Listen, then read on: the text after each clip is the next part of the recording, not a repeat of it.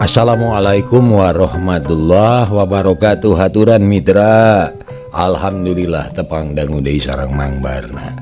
Urang ngadongeng deui mitra, neraskeun hanca garapan anu katunda carios kalayan judul Samagaha di Cempala. Ieu dongeng teh karangan Kileuksa, kalayan didongengkeun deui ku Mang Barna. Mitra upami teu lepat hanca nu katunda waktos dinten kamari teh parantos dugi ka leres nagara mah bersih teu aya anu jahatan. Upami aya kaula bagian anak kaula bebenteng nagara Cempala, kaula tameng dada Raja Cempala. Tiba heula oge nya kaula menjadi andalan Raden Anom Jakalara. Nya kaula nu boga rasa tanggung jawab pikeun ngamankeun nagara. Tong boro yang harapan penjahat dua adawa dilusiki najan musuh sanagara mau burung disahuapkeun ku kaula. Ya si Braja geni nu geus loba ngadahar uyah kahirupan, loba pangalaman dina hal tarung ngabela nagara nu cadu munur pandrang mulang mentarang ngejat satapak tara munur sasiku. Upami teu lepat mah parantos dugi kadinya mitranya. Kumaha atuh terasna? Nggak urang sami-sami lajengkeun deui wae mitra. Sok kaparayun sadayana.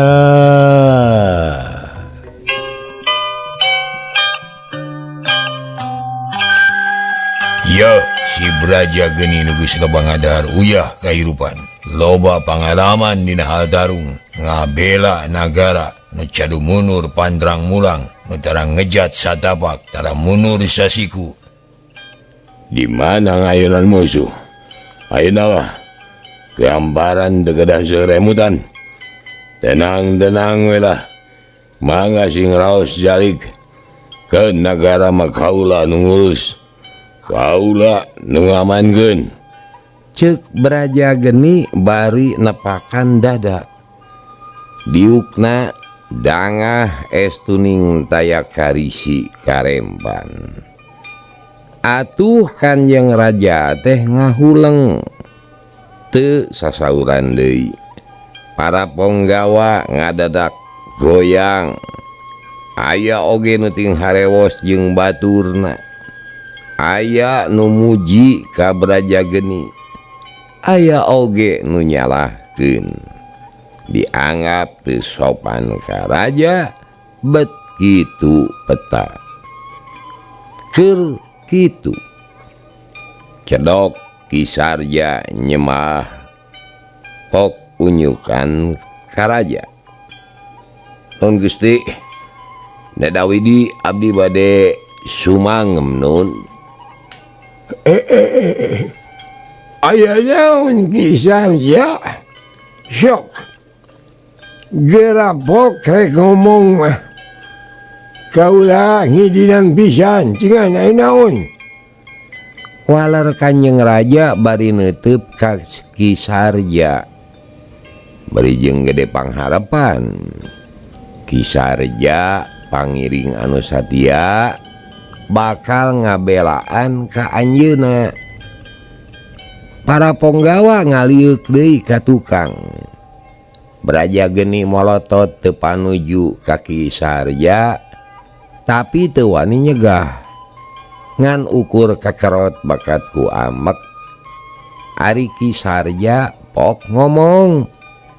Nun Gusti, rupina naon-naon anu janten pasoalan parantos rengse nemeh. Tayeuna abdi teh bade laporan itu saleresna mawartos ti urang desa Mancala teh leres eta teh.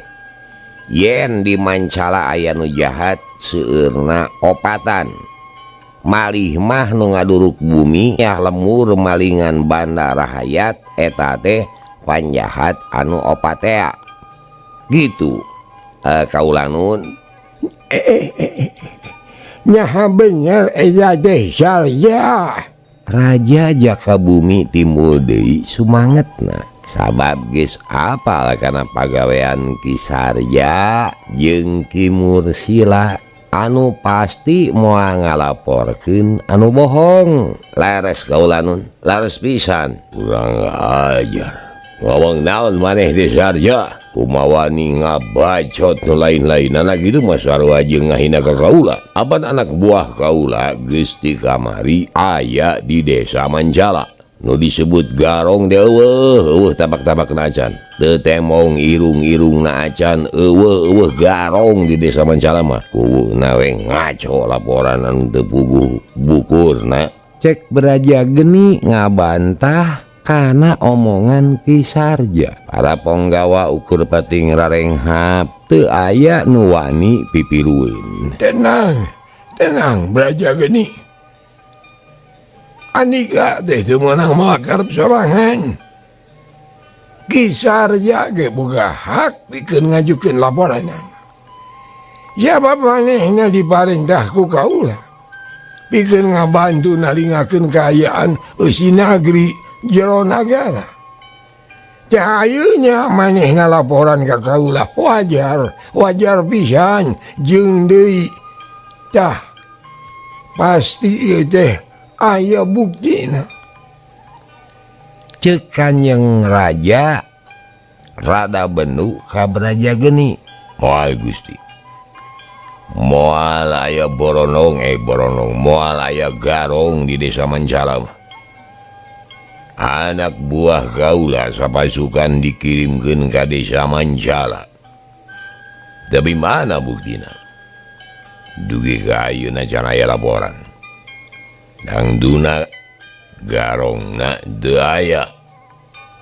Braja Geni keukeuh dina pamadeganana. Ki Sarja nyaha anjeun mawa bukti tina eta laporan? Raja Jakabumi neuteub ka Ki Sarja. Kantenan ngabantun mah sareng mugi janten uninga tangtos di desa Mancala moal aya garong ayeuna mah. Margi sabada ngahuru bumi bari ngaranya harta banda urang desa. Eta garong kalabur kakaler kebat ka desa Cibening narobos mapai Tegal Manjah anu berasna teh ka desa Bantar. Nyatana ka desa Bantar kadu sareng Cibening.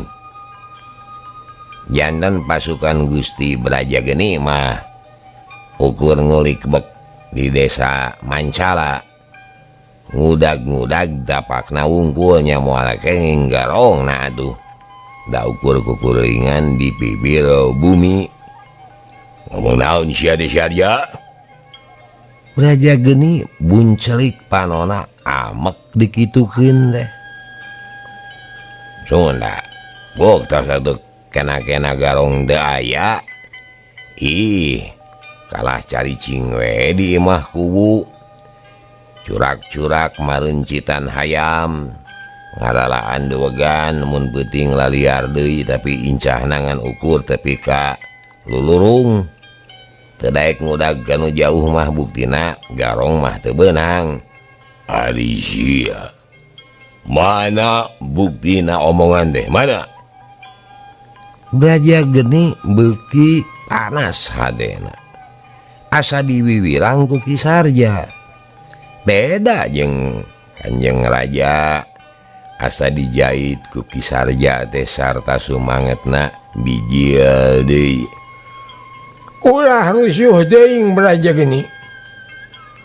Ieu teh demi keamanan negeri Cempala. Mun Cempala tepi ka awut-awutan. Mana teman benduna Raden Anom. Tangtu urang sadarea teh kudu tanggung jawab. Jakuran jalan kitu ayeuna mah ulah ngalajur nafsu, coba urang buktikeun kalayan dalia. Ulah dibarengan ku amarah, keun si Sarja sina ngarengsegeun laporannya. Manehnya boga hak pikeun laporan sarua jeung anjeun. Bere kesempatan, bere waktu.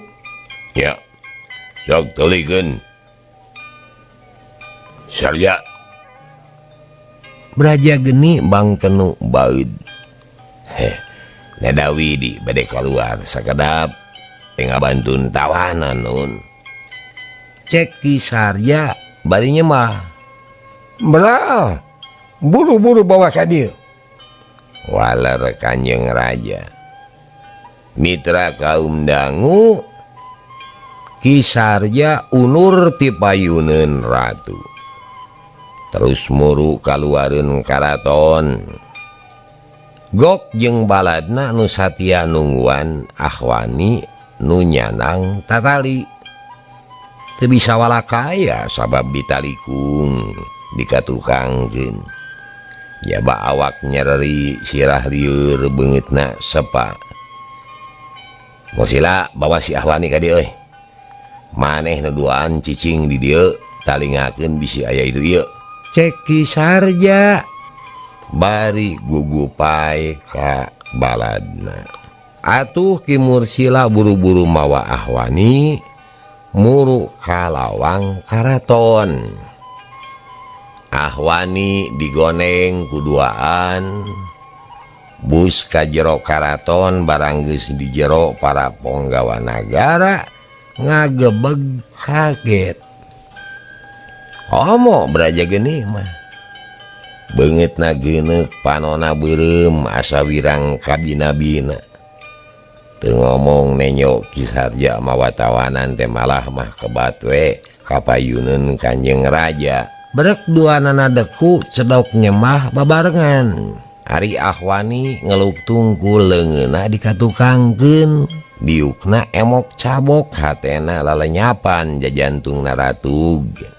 Geus kabayangkeun hukuman gantung keur dirina.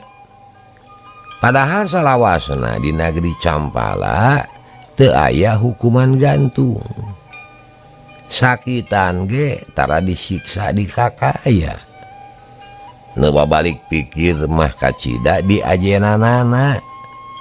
Ieu dawanan deh Sarja. Tapi no dama ieu pisan kaulanun Gusti ngaranna teh Ahwani salah sawios tina komplotan garong-gerot nu ngaranjah Desa Mancala. Baturna tiluan deui kabur kata Tarkaler. Ku abdi teh teu kasusul mung kenging ieu we hiji. Cek Kisarya bari nunjuk ka Ahwani. Bagja temen. Syukur maneh geus hasil nangkep anu jahatna. Muga-muga ku ketewakna ieu jalma bakal jadi jalan pikeun nangkep anu sajena. Da ayeuna cobalah antalina ulah ditalikung kitu. Ku kaulah rek ditanya. Saur Kanjeng Raja dari anaker. Kisarja jeung Ki Mursila buru-buru ngajalankeun parentah rajana. Ari Braja geni colohok bari mudil-mudil kumis. Hatena panas. Tegung silila Ahwani geus bebas tina tatali cedok nyembah katara leungeunna ngaleper beungeutna sepa. Saha ngaran maneh? Pun Ahwani Gusti. Sabaraha urang balad maneh? Sadayana mah 5 nanging maot saurang di basisir laut. Ayeuna kantun opatan abdi katangkep janten kantun 3 deui. Cek Ahwani teuing kumaha hatena betleah boga karep rek balaka bae ka raja susuganan jadi sabab kana hampangna hukuman. Jingan. Sebutkeun saha ngaranna? Saha bae nu tiluan teh?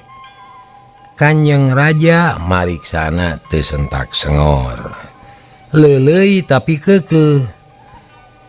Gegedugna Ki Gunali kaduana, Jasman katiluna Sahro, pangawakanana tetebih ti abdi, pakaian Rarudin sami sareng abdi. Kitu kaulanun. Kamana lumpatna? Kanjeng Raja terus ngadesek. Nu dimaksad bade kabur ka basisir laut Jawa. Di mana pamajuhanna? Tegaduh anu matuh di mana we nu kawilang aman.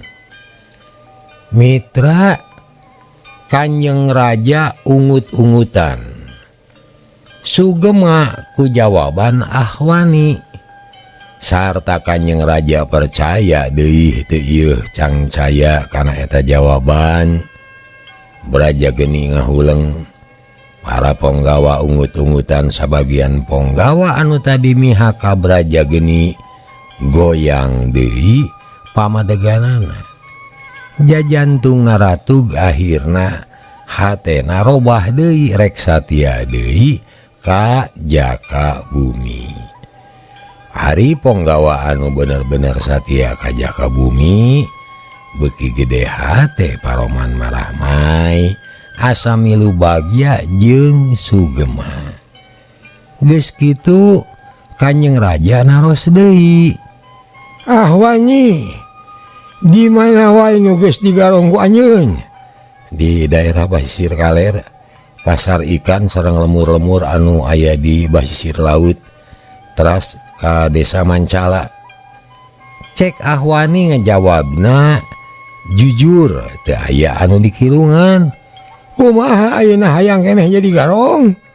Nuh Gusti, nyangakeun sadaya-daya abdi teh rumaos lepat.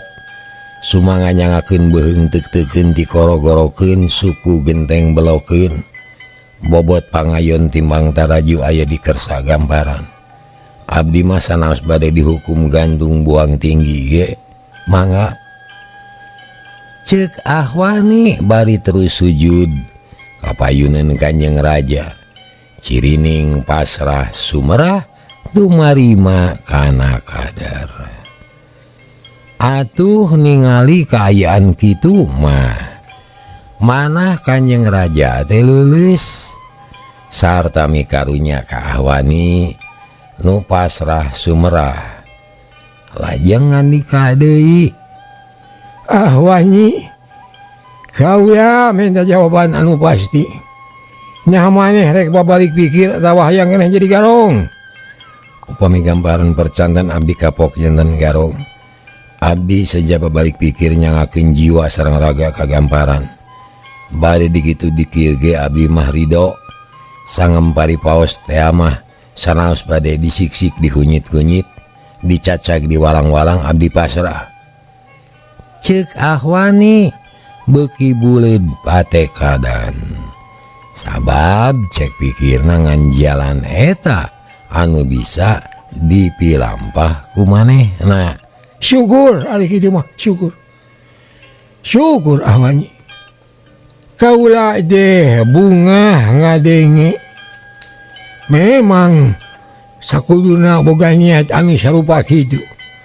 Sabab yeuh pikeun manusia anu ngabogaan rasa jeung rumasa. Sarta ngagunakeun akal katut pikiranna tangtu bakal milih kalinya. Atuh soal kasalahan eta mah wajar. Sakabeh manusia bakal ngalaman salah. Sabab manusia boga akal jeung boga nafsu ngan kudu sadar kudu eling. Lampah salah ulah terus digugu, hawa nafsu ulah tepi ka jadi kusir dina diri urang. Kaula bunga ngadenge anjika boga niat babalik pikir. Secara pribadi kaula teh ngahampura sarta ngabebaskeun anjika tina sagala rupa dakwaan. Tapi kaula teh raja dina ngajalankeun pamarintahan kauger ku unyang-unyang nagara. Jadi secara hukum andika kapaksa kudu nandangan hukuman dumasyarakana kasalahan andika nu geus dipilampah. Ngan muga-muga salah naon bieu teh sabada bebas tina hukuman. Jadi andika bersih tina dosa nu satuluyna bisa hirup kalayan ayem tentrem jauh tina pancabaya laluasa babakti ka pangeran ibadah sakumaha mistina. Cakulan jalan kitu putusanana aya dina leungeun pangadilan. Nah hukuman naon nu pantes ditibankeun ka andika. Ngan rek kitu rek oge mun nya andika pasrah sumerah kudu ditarima tah kitu ka hati aja wah henteu Ahwani. Mitra Kanjeng Raja Jaka Bumi bener-bener ngajalankeun amanatna ti Raden Jakalara. usaha satekah pola dina ngajalan ke negara teh guguru kausining alam anu 7 teh hayang merek kekuatan, hayang merek pituduh, hayang merek pitulung, merek kasegeran kana hate, mutus perkara ku kawijaksanaan jeung sajabana. Bukti karasa ayeuna kadengena ku ahwani asa tiis nyecep nyerep kana sungsum balungna. Nu tadina teu puguh karuhan ayeuna jadi caang. Asa boga jalan pikeun sorangeun. Teu linglung teu sasar teuing. Pok ahwani ngajawab. Mun Gusti katampi katedapisan abdi bingah liwat langkung. Nampi kana segala rupi putusan gamparan abot nyieun abot nanggung. Abot deui kanggo narimakeunana. Heug ari kitu mah. Wayahna cicing heula di panjara. Isuk jaga ninggeto diajukeun ka pangadilan. Naon hukuman anu satimpal. Gumantung kana putusan pangadilan. Semangat Gusti, semangat. Ahwani nyembah deui. Kanjeng Raja geus narik napas, rek ngadawuh deui ka Kisarja.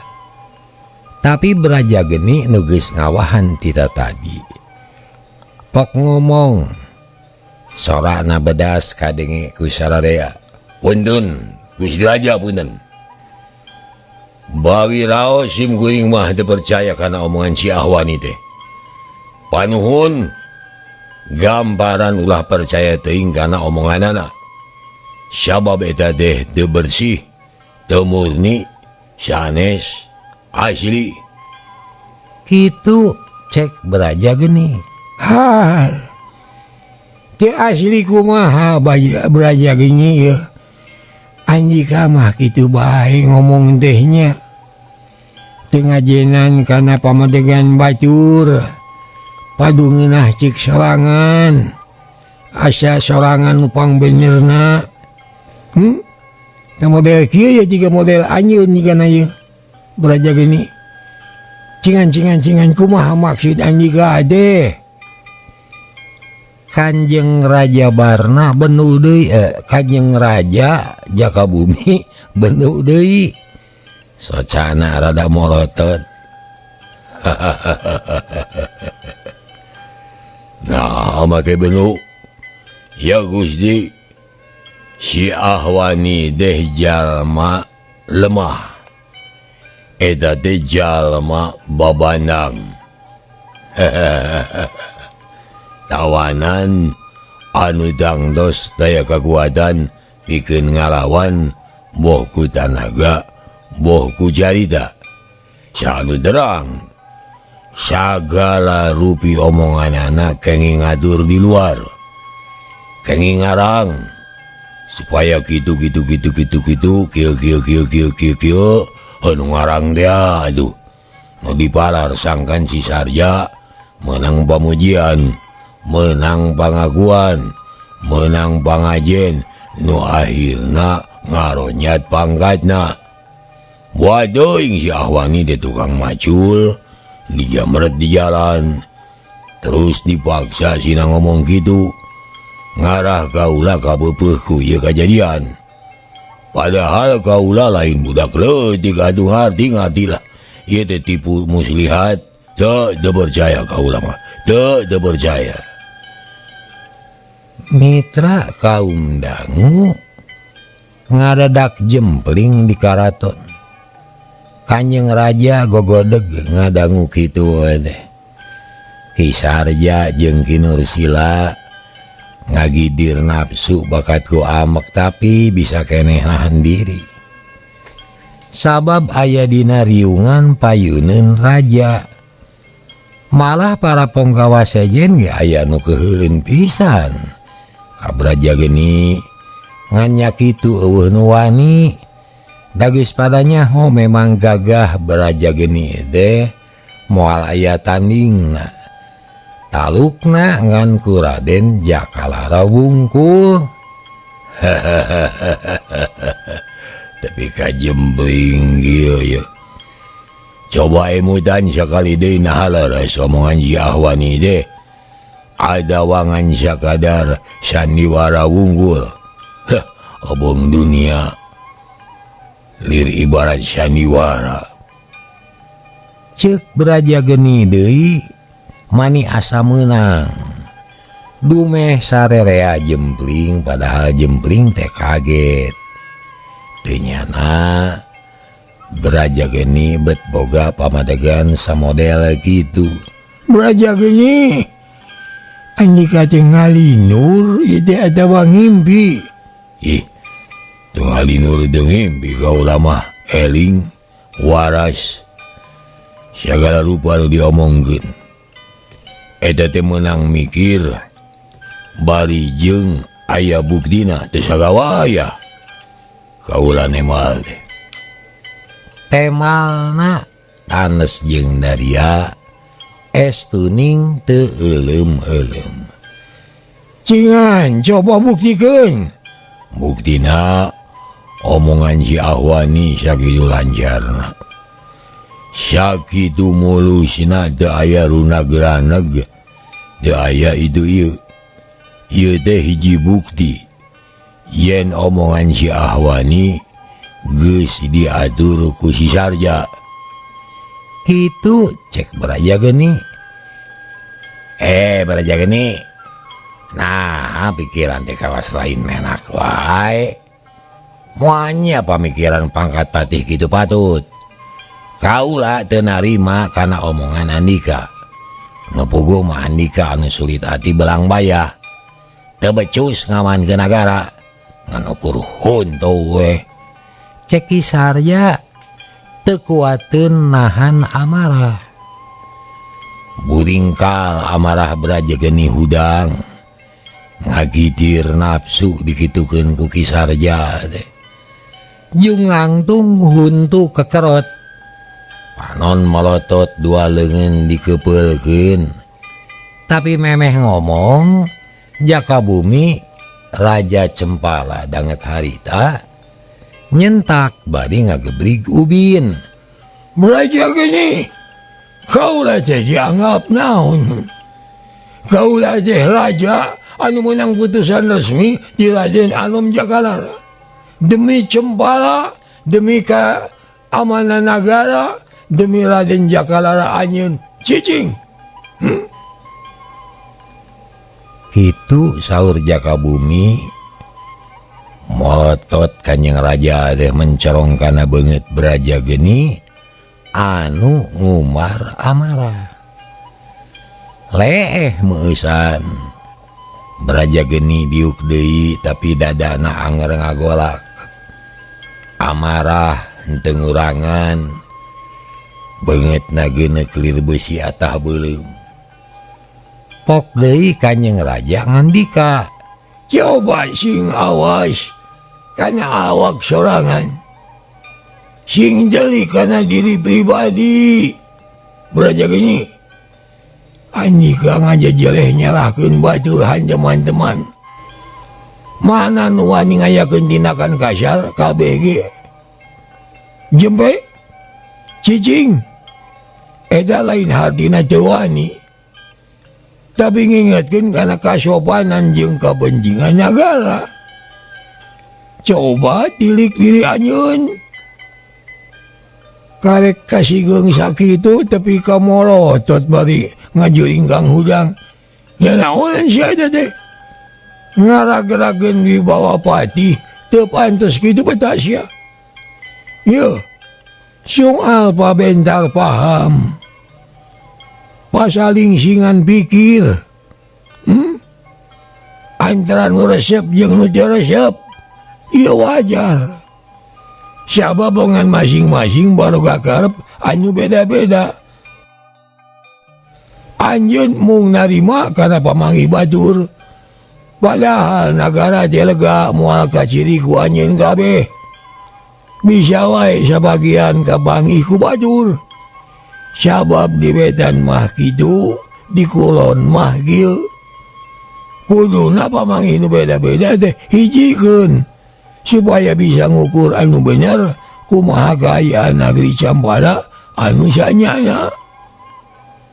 Mitra kaum dangu ngahuleng beraja geni teh teu nemal deui para penggawa sejena pati ngararenghap nu leuwas aya nu muji aya geuning Kanjeng Raja Jakabumi teh aya wawesen aya kawani ngagebrag beraja geni nu mahiwal kalayan buktina nyata beraja geni pepes amarah. Nah, tapi gaulah can yakin nah bener pengakuan si Ahwani deh.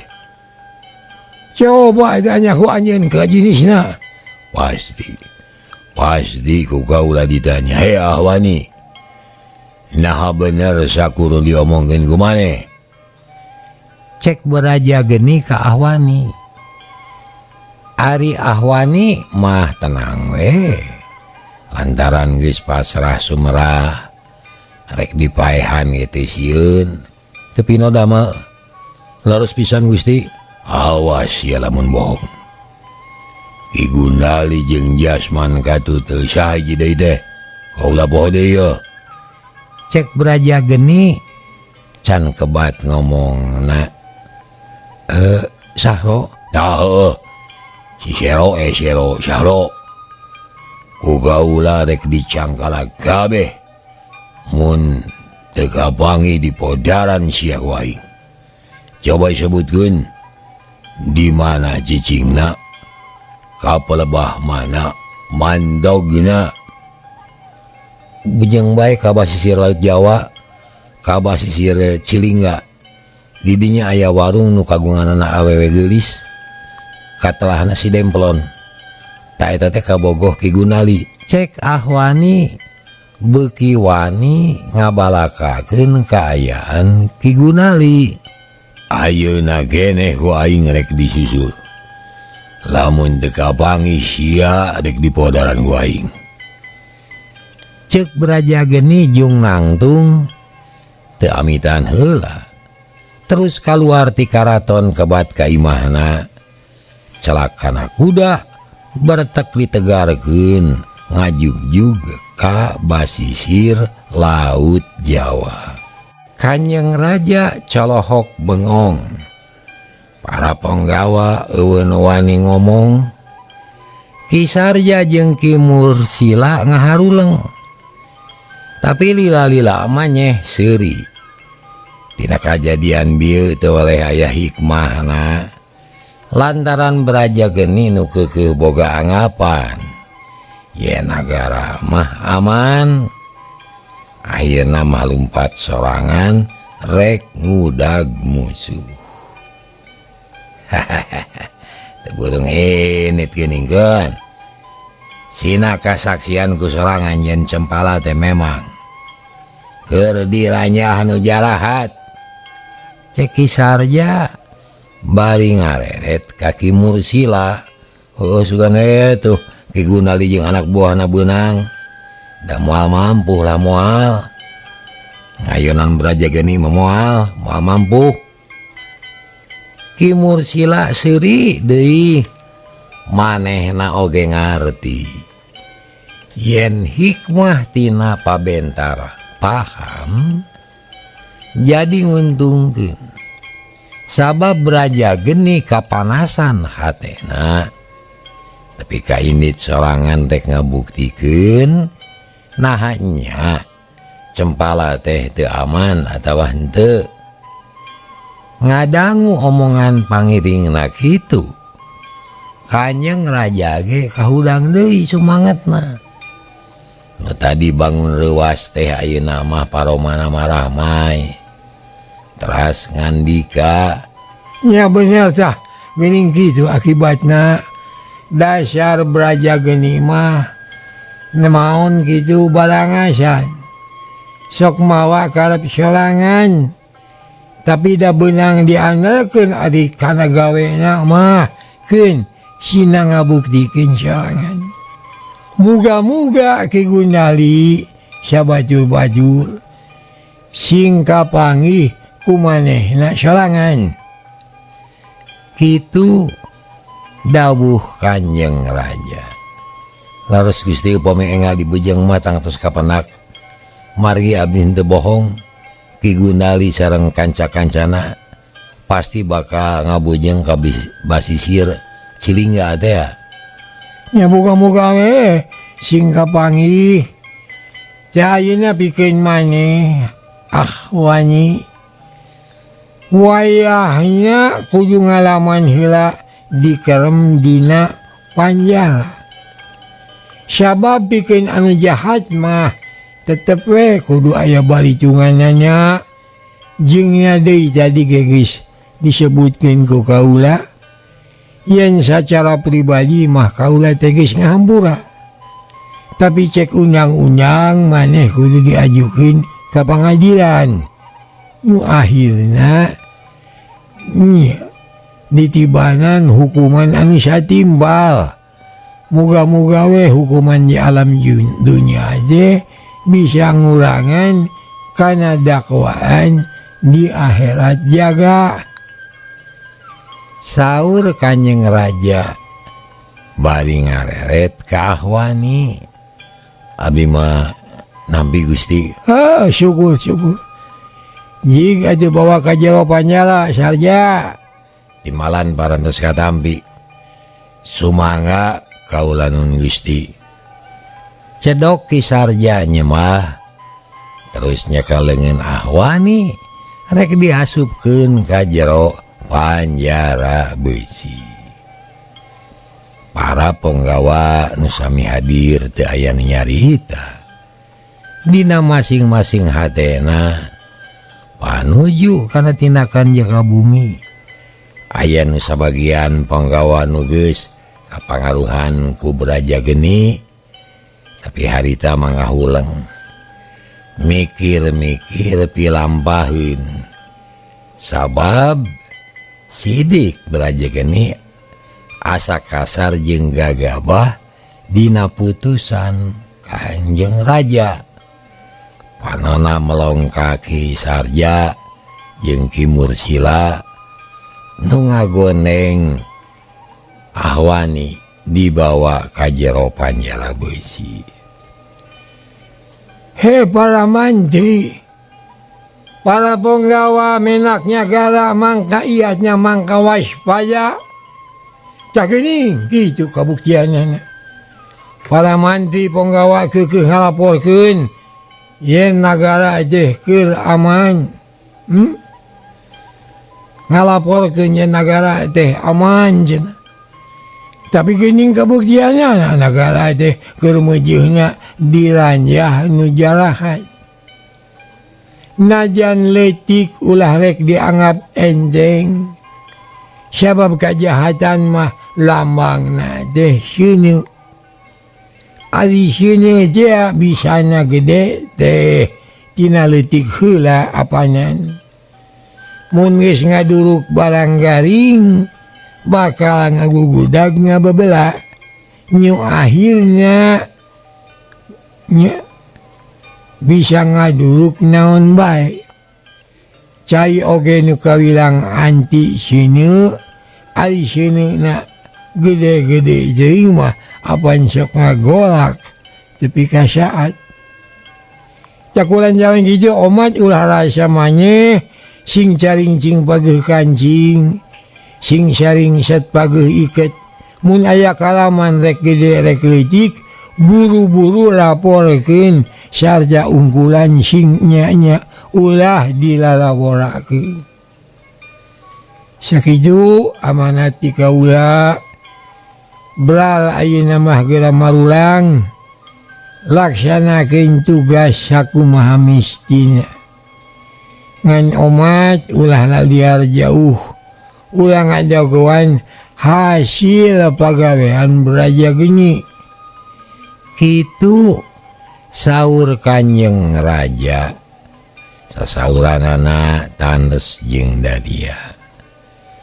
Mitra para abdi menak nagara rampak sembah bari matur.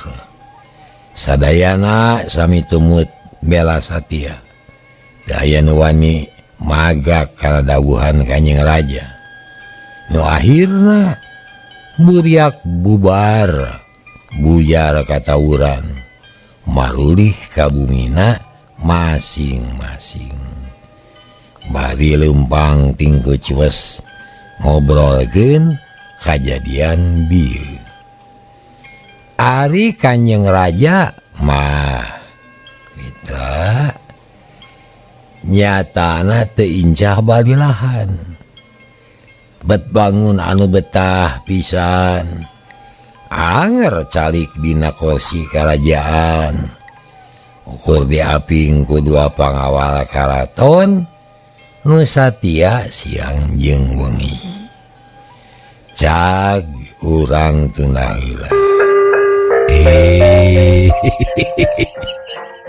cager harta mitra hanyakal kabujeng lenong hatur nuhun kana perhatosanana insyaallah enjing tepang dangu deui billahi taufik wal hidayah assalamualaikum warahmatullahi wabarakatuh. Ciao.